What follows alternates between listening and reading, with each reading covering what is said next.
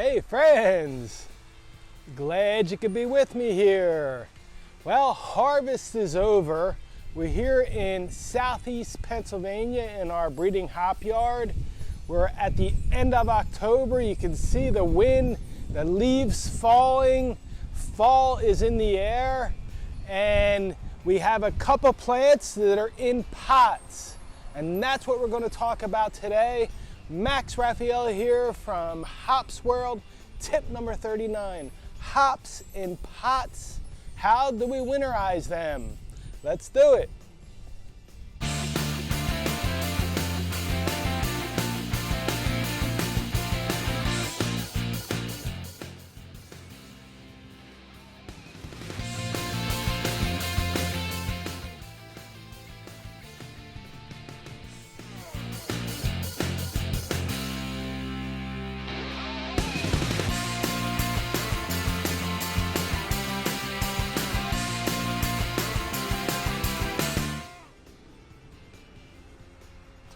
Well, folks, what we have to work with here is first plant, tea maker, and the next plant, a cascade. And you can see the plant is dried, all the leaves.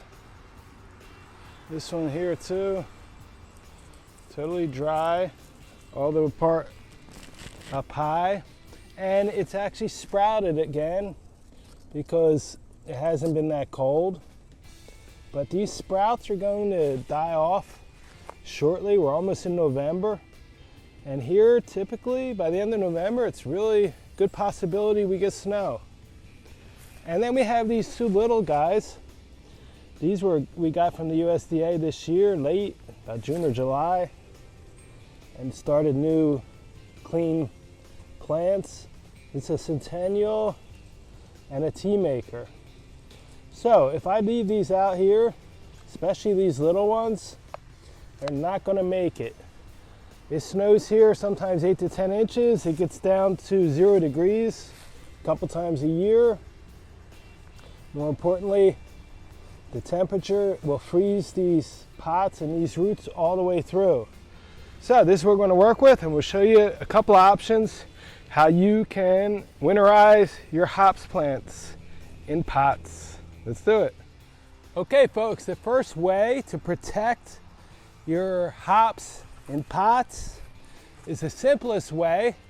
It's just to make a hole and put your whole vase in the ground and backfill the hole.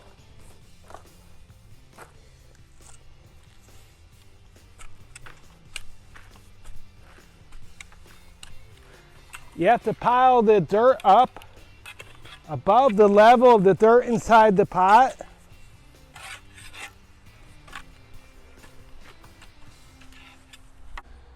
So what we do now, we're pretty much protected on the sides, but on top here, it's important to put some organic material, some nice dry grass, stuff it down in around the plant.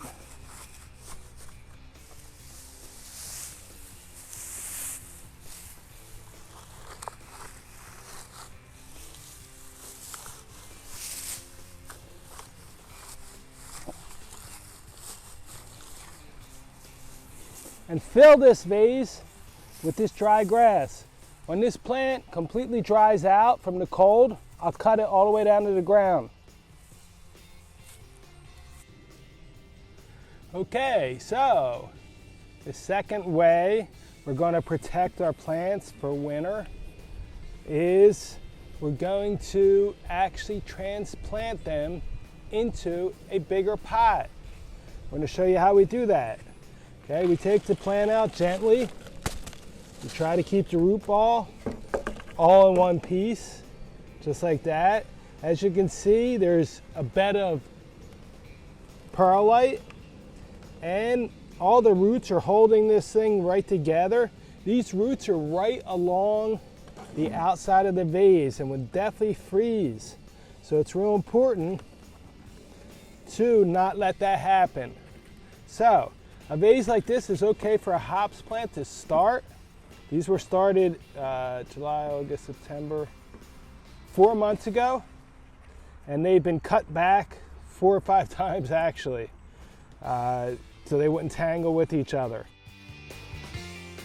So they got a real nice crown going, and they'll really take off next year. So here's what we do. We get a nice sized pot, and we start off, one thing that I really preach is use of perlite.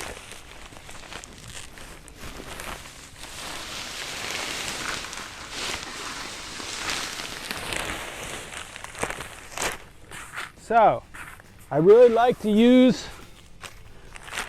especially in the bottom of the vases, a nice 1-inch bed of perlite that really helps drainage. If you have real big holes, sometimes I put little pieces of netting over the holes, but in this case I just filled up. I actually have about 2 inches, and what I'm going to do is now mix this perlite on the bottom with my organic material. So the bottom inch is going to end up being about 2 inches here. It's going to be a mix. If you look on the bottom, it's pure perlite, a good inch bed. And then I've now mixed, this is my nutrients, made up of all kinds of different products, but really organic. And I like to mix that with the perlite. And then I take our plant, I stick it right in the middle of the vase, and I fill the vase, the rest, with organic material. That's what we're going to do now. So this bag has pure organic material, and I always mix it with perlite. And then simply I go about filling all around the pot.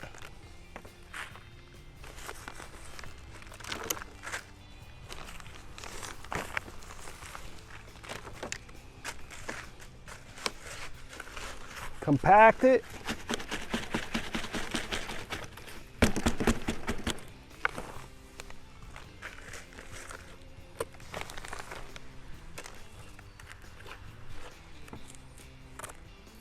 Put in our name tag. Time to get a bigger name tag, and we are good to go. So this dirt will protect the plant in the middle of the vase. Now we still have to cover the material on top to protect the plant and put material around the vase, which we'll show you at the end. But for now, this will really help protect, in most climates, your hops plant through the winter. When it's really super cold, you need to do a little bit more that we always do anyway, and we're going to show you that at the end. Okay, so here you are, and you have this plant that has been here all year, and it's really kicking. It grew up, it flowered, it's full of roots. There is really no way to take this out. You could put it in a big giant barrel, but you really want to keep them in this size vase forever. So what do you do now that winter's coming? This is a cascade plant, first year. So what we do, first we clean out the leaves that have fallen.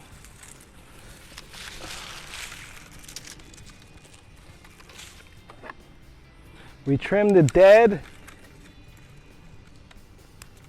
just a little bit, just to make it easier to work with. It's really best to wait until the plant dries out itself.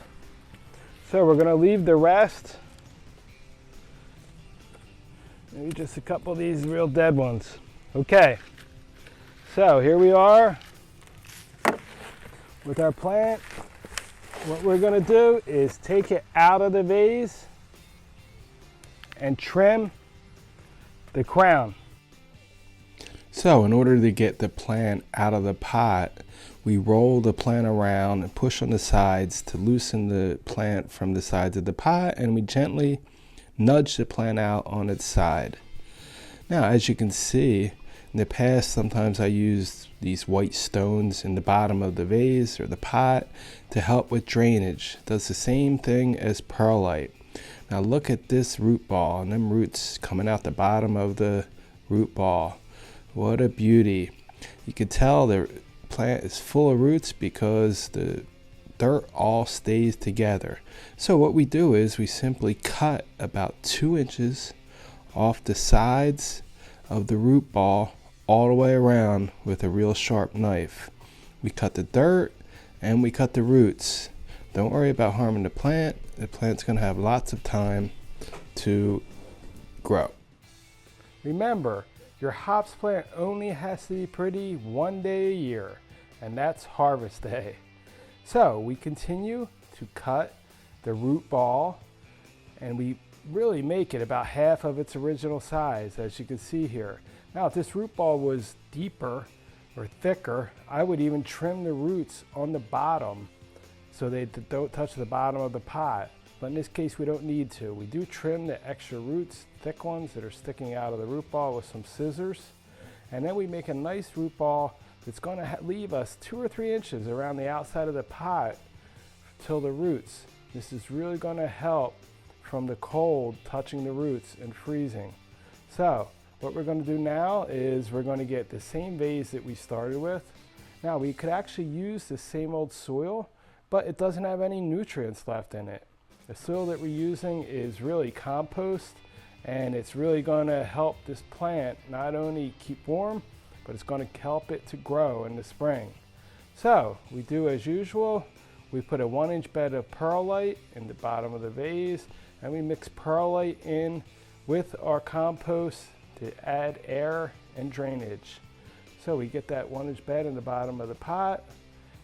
Then we go, and instead of using these stones, we use perlite this time because I really think that it adds to the insulation factor way more than the stones. Stones actually get pretty cold. The perlite doesn't. So in the winter, I suggest, if you're trying to winterize, to use perlite on the bottom of your vases for drainage.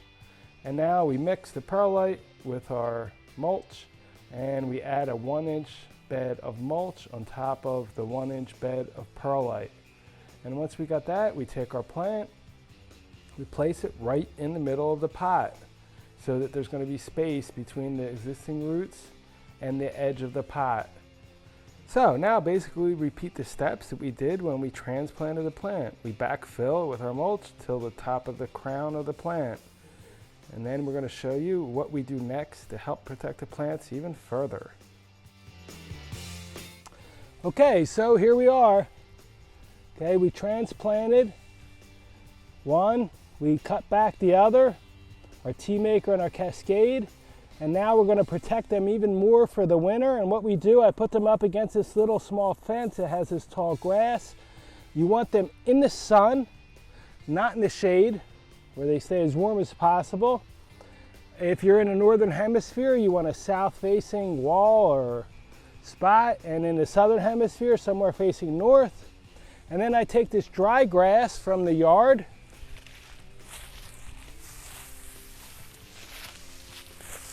I pile it right up against the pots, in between the pots. It really makes an insulation.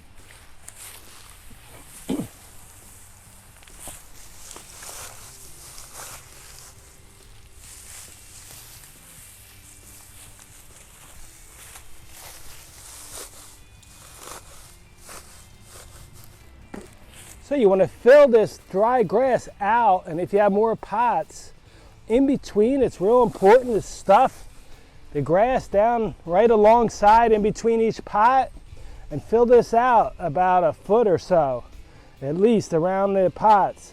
And then we're going to take some and put it right on top of the soil, about 1 inch or 2 thick.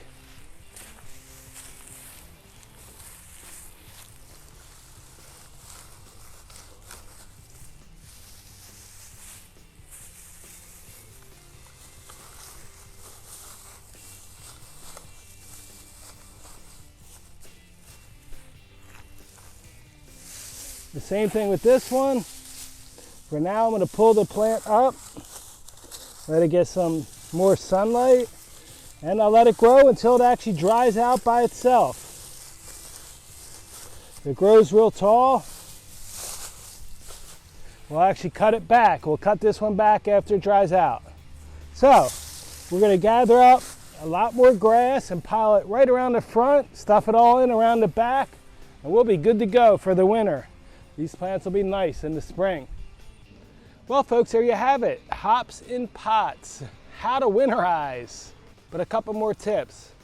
When we add the other organic material, it's important that we add a lot of potassium. We use the ashes from our fires that we make all year and add that in there. That really helps the plant protect the roots. It absorbs. Now, we gave these water today, and we will give these water maybe once a week, once every 3 or 4 days if it stays warm. Like I said, it's getting up to about 73, 75 today. Nice and sunny. So we'll give our plants water. But in general, we don't water them very much at all after harvest. And once it gets cold, we're done. There's no more water till spring, 0. Really important. Okay? So, get to it, folks. Protect your plants for the winter. Hope you liked our tip. Subscribe to our channel. Hit a thumbs up. Cheers to life.